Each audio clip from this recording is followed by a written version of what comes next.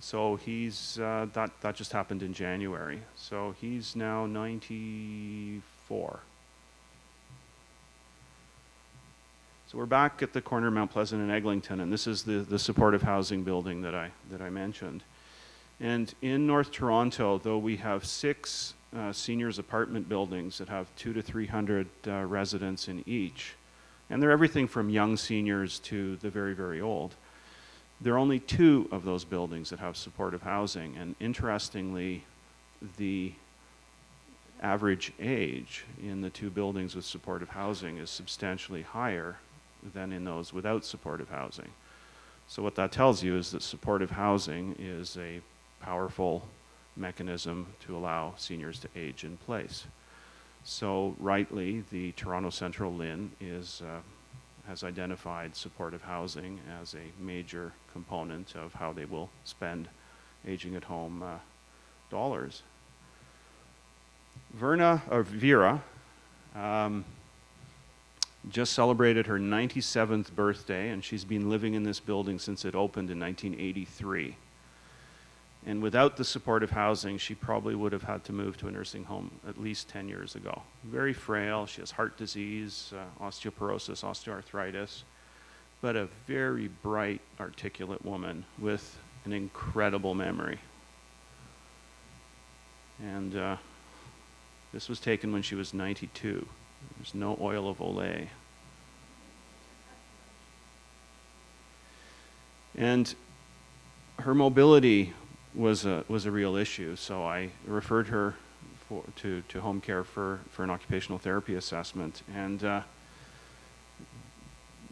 walker now allows her to go down to the lobby of the building. She can check her mail, and she follows politics very keenly, and there's always a polling station in her building, so that walker has allowed her to go and vote. So I pointed this out to the local MP, that you knocked on her door and she gave you a cup of tea, and because of that walker, she was able to vote for you.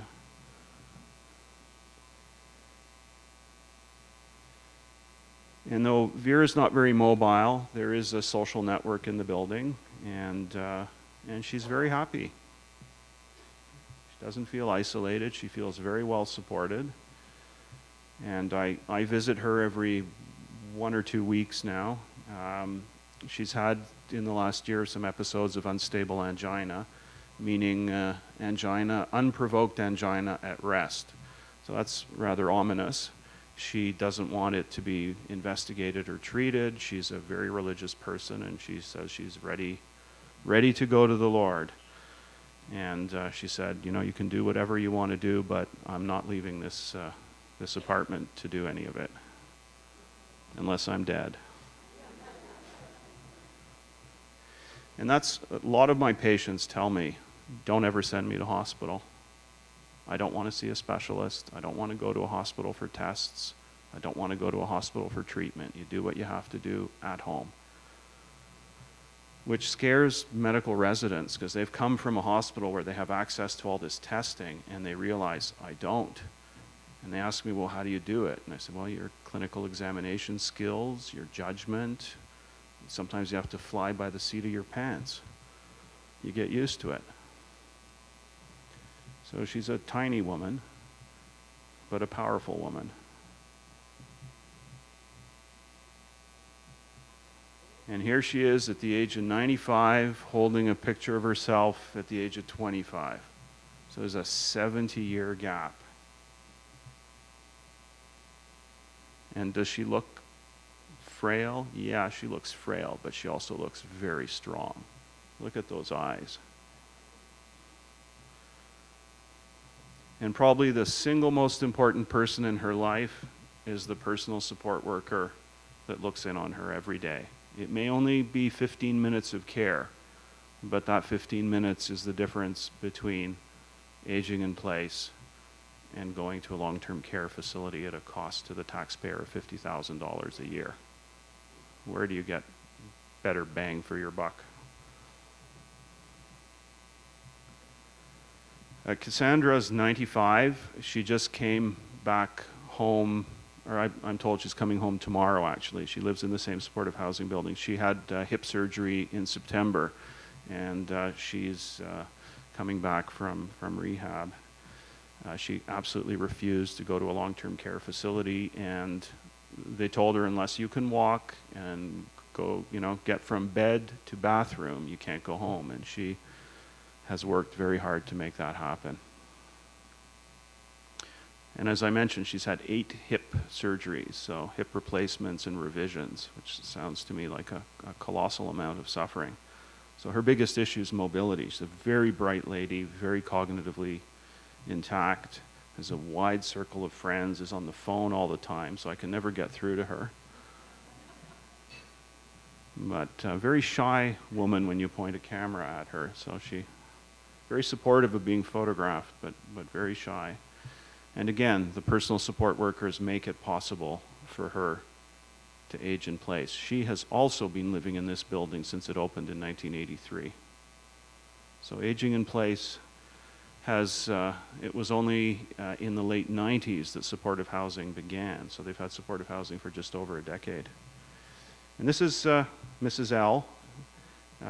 Frances had been living alone for 15 years, and she had a series of falls, and a neighbor found her on the sidewalk and called 911, and she was seen in the emergency department. And Sunnybrook Hospital has a geriatric emergency management nurse, GEM nurse, who hooked her up with home care, got an OT to go in, and the OT happened to know me, and we went in together, and she was in good shape medically, hadn't seen a doctor in at least 20 or 25 years, and her blood pressure was a little bit high, but other than that, she was fine. And she looked at me the first time and said, "I don't take no pills." But now she's taking something for her blood pressure. And it took a lot of work to get her to accept a walker and a lifeline, the panic button around her neck. She wears it now like jewelry. And whenever I come with a resident, she goes, "Doctor, shall I test it now?" And she calls presses the panic button, and the call center phones, and it's always, they make it a very pleasant experience. "How are you today? Thank you for calling. I hope you have a nice day." So it's almost like a social visit for her. But it also means she knows that when she needs to use it, that she should use it. And this is, Suji is a family practice resident. She's, will be finishing her residency this June, and she came back and did an elective month with me, and for her resident project, she created a geriatric assessment tool to be used by a physician doing a house call, and she plans to incorporate home visits into her future practice. She's moving back to London, Ontario, and she said to me, "I can see myself spending half of my time doing this kind of work." So exposing residents to this kind of care has a very powerful impact on them. Whether or not they will do that, I don't know.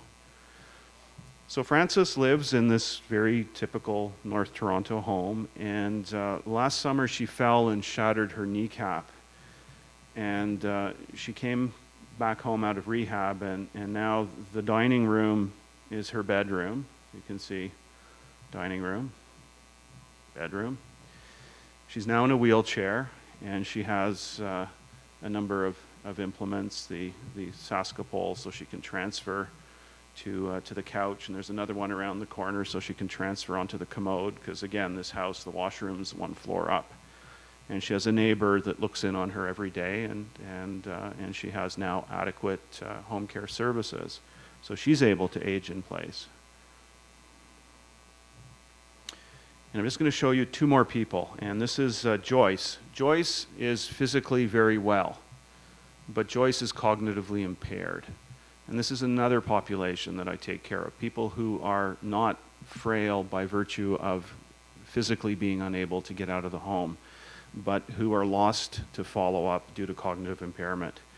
And Joyce had been living in the same apartment for 30 years, and one of her neighbors befriended her and realized she was in trouble and contacted Sprint, and one of the social workers visited her And this is Stacy. She's a social worker for the adult day program for cognitively impaired seniors, and she right away realized, you know, Joyce was marginally managing in the community. So we went and saw Joyce together, and Joyce left her apartment every day and walked, it's about 8 kilometers down to Yonge and Eglinton.